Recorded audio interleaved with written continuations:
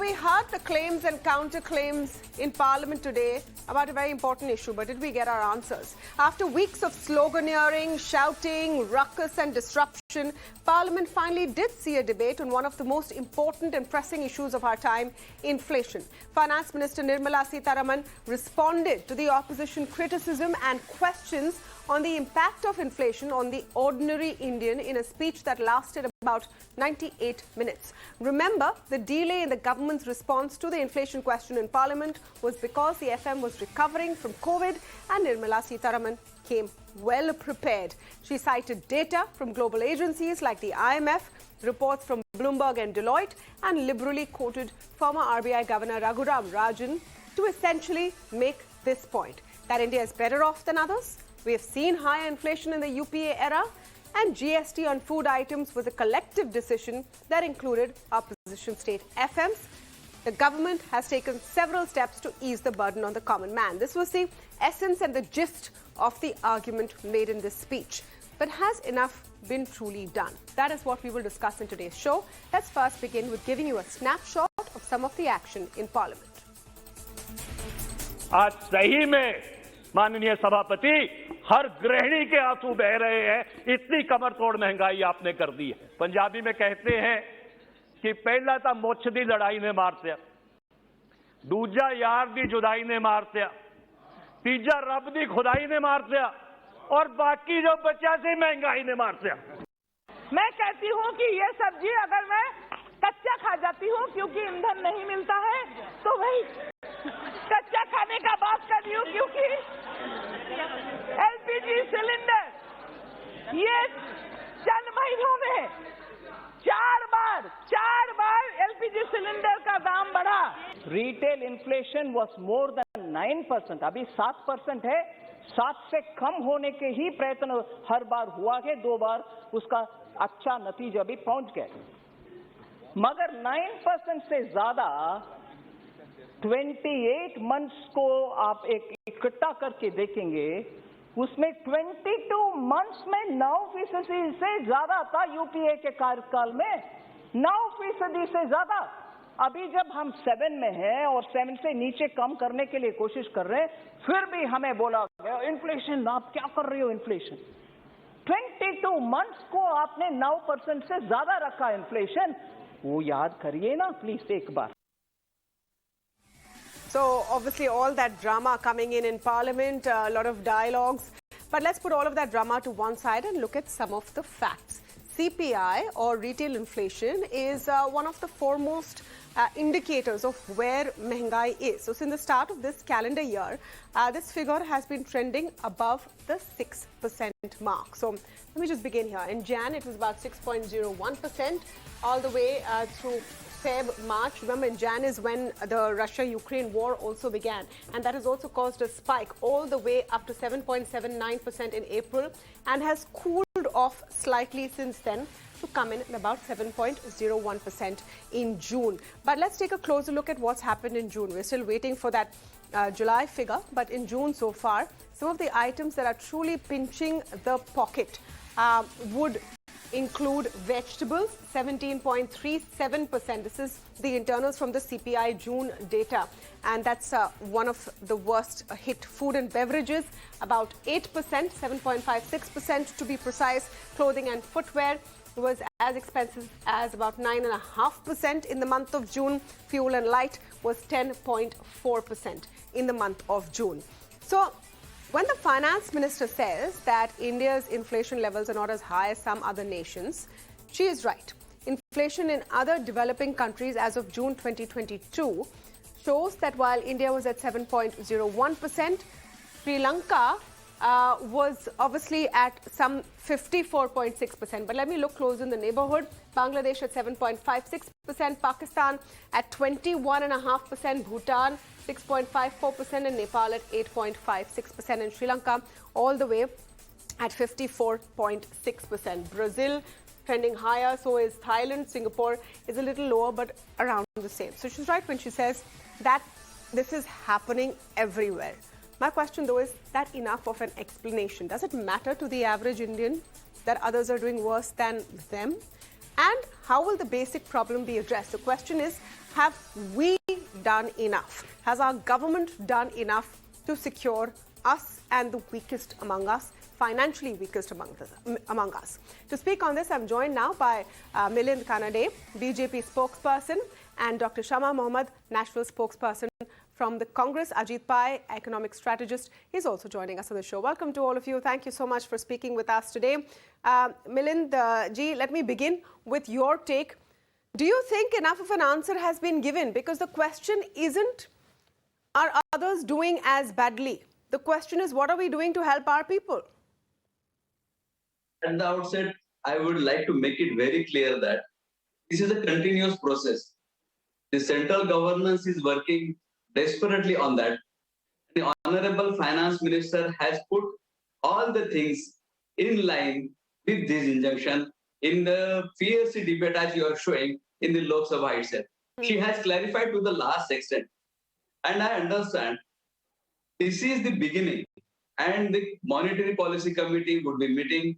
This government would undertake whatever things are required, either by way of MPC or by way of any fiscal resources or any taxation matters which may come forward in the coming budget, the union budget.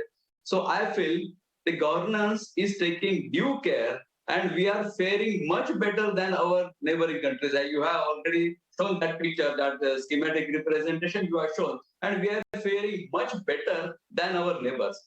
And I feel you're not answering my question. You ask someone who's suffering from inflation and tell them Sri Lanka mein to 54% hai. Do they care? They care about their budget. That's my point. I request you to come again, please. If you ask someone who's suffering from inflation and you tell them that don't worry, it's worse in Sri Lanka, do they care? They care about what's happening to their budget, to their pocket.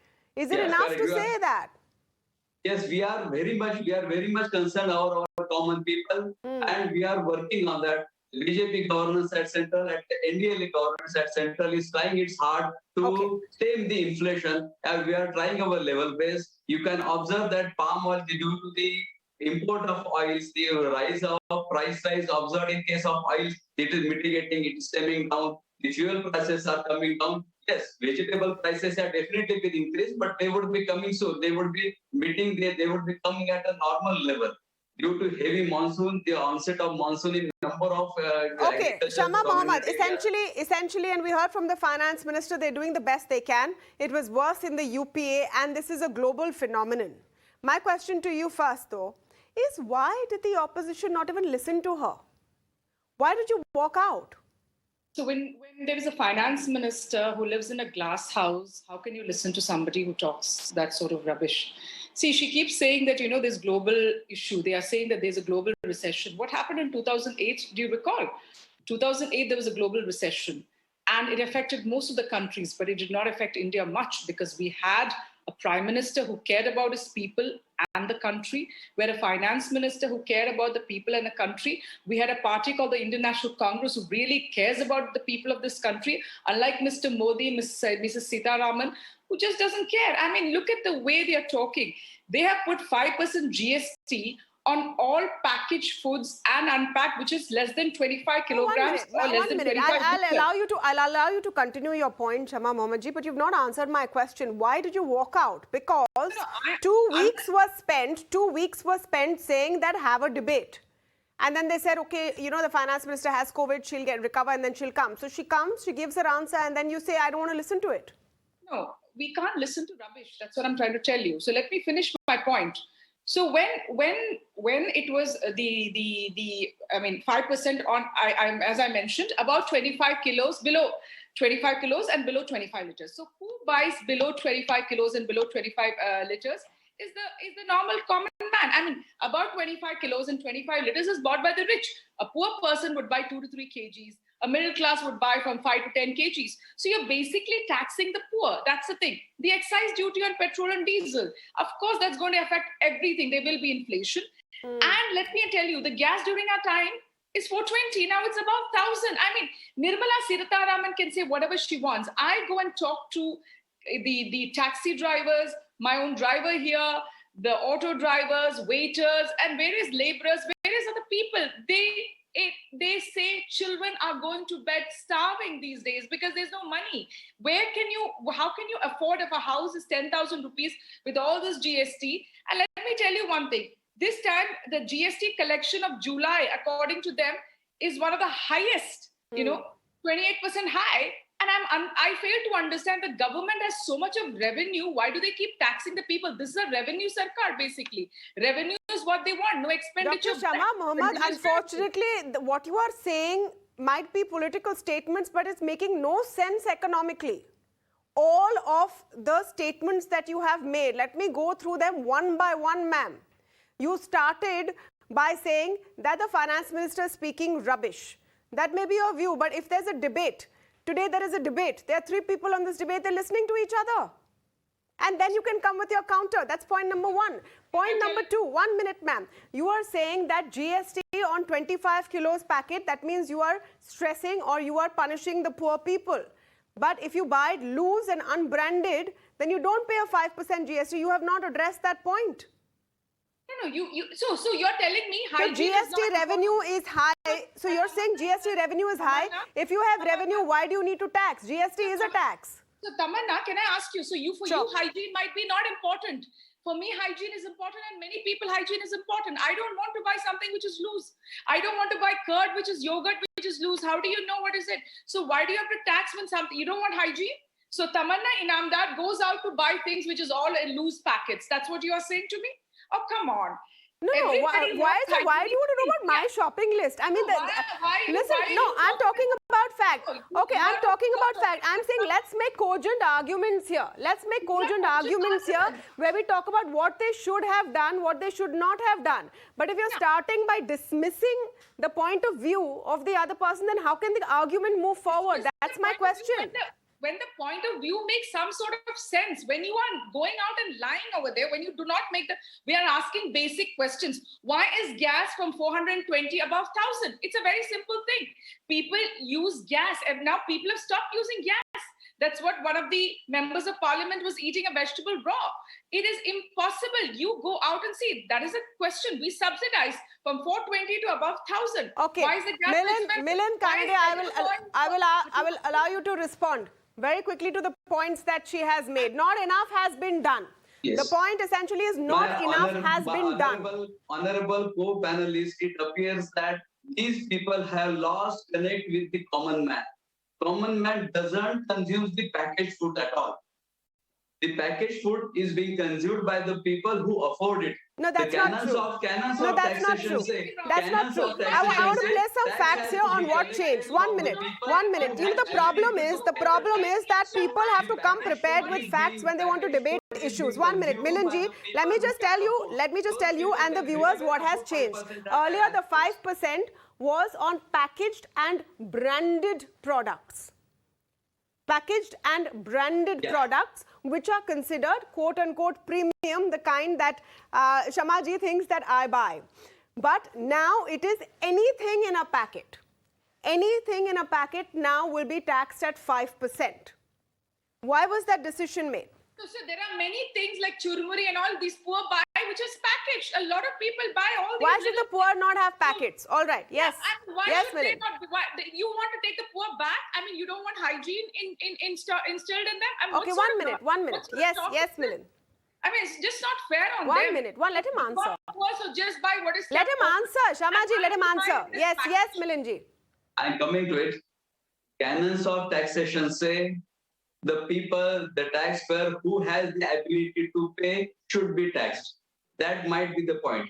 Because the people who can afford the packaged goods are going to pay the 5% of tax. The people who don't afford the packaged food grains, they would consume it from the other resources. So those people would not be taxed.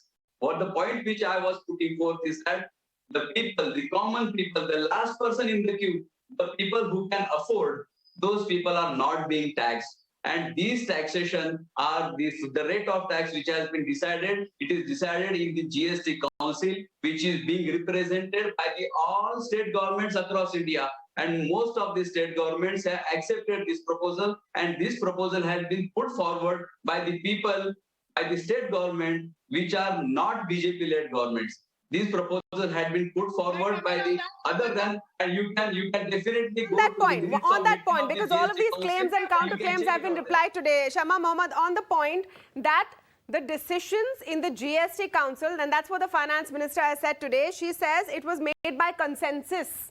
This includes finance ministers of states which are ruled by the opposition and your party.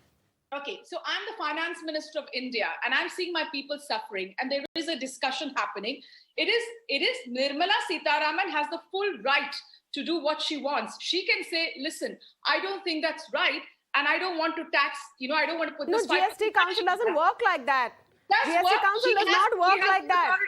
She has the authority to put it to them. No, she has doesn't. the- GST she Council does not work like that. has the authority to put it to them. She can put the point across to them and then a consensus can also be brought in. Yes, it can be done and I do know that.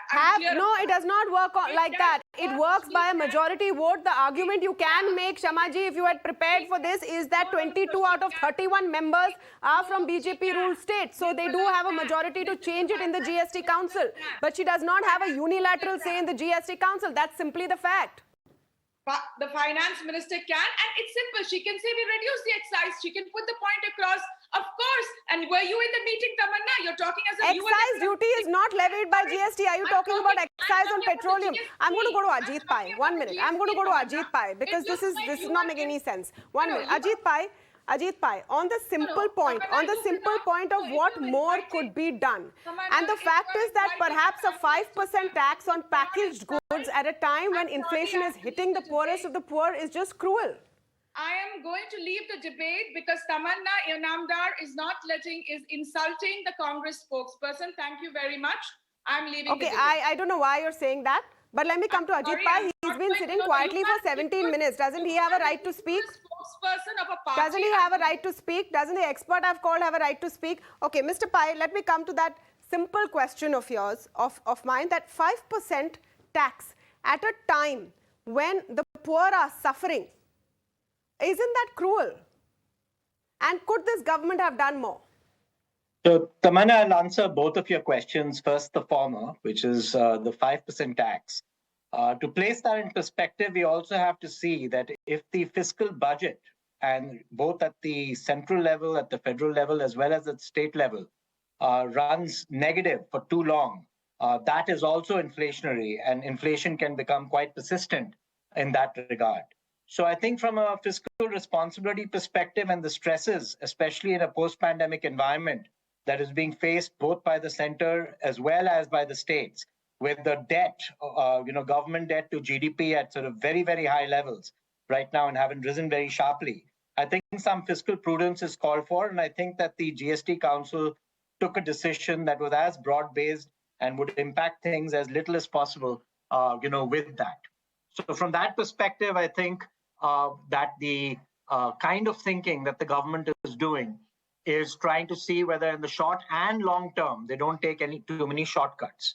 The second is whether the government could do some more. I think the Reserve Bank itself has been doing, a very good job right through this entire episode, both of the pandemic as well as the post-pandemic sort of responding to inflation. It's followed, lockstep with the Federal Reserve so that it actually reduces the volatility in the rupee as the US, sort of raises interest rates very sharply. We have been following them. So that stabilizes the rupee a little bit. But the government itself, I think, has actually responded more than it should have.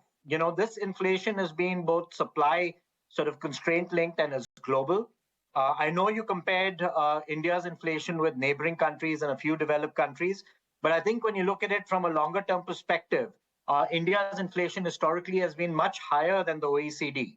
And the OECD is, you're looking at the US at 40-year highs in inflation. Right. You're looking at all of, Southern Europe. I think one aspect that we're not talking about, Mr. Pai, is that how that 7% will hit an average Indian versus how, a 40-year high in the US will hit an average American.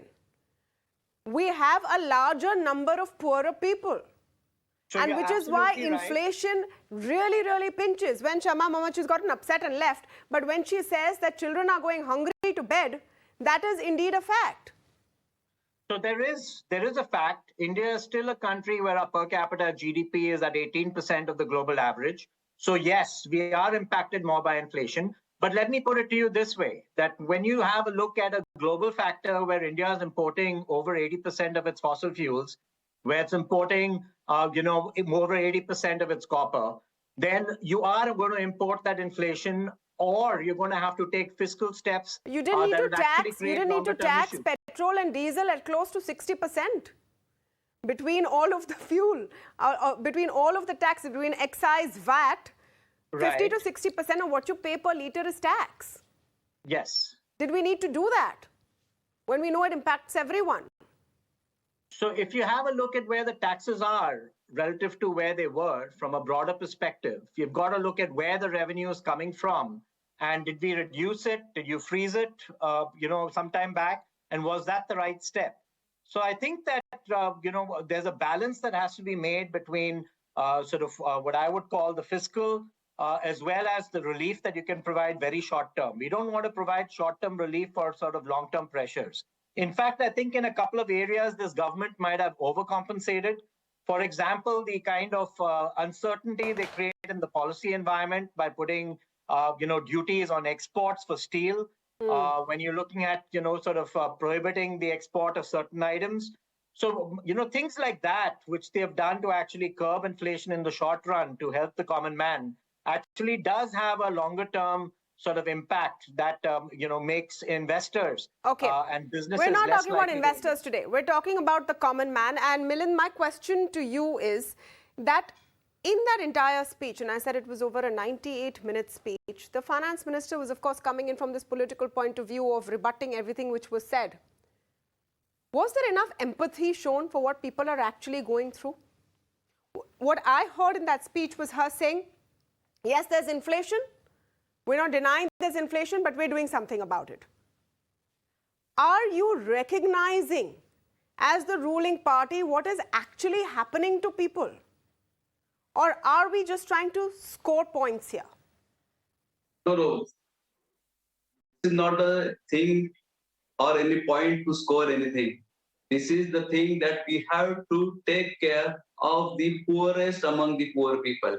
Yes, we do understand the political party is very much aware of the things which are being undertaken to reduce the impact of inflation.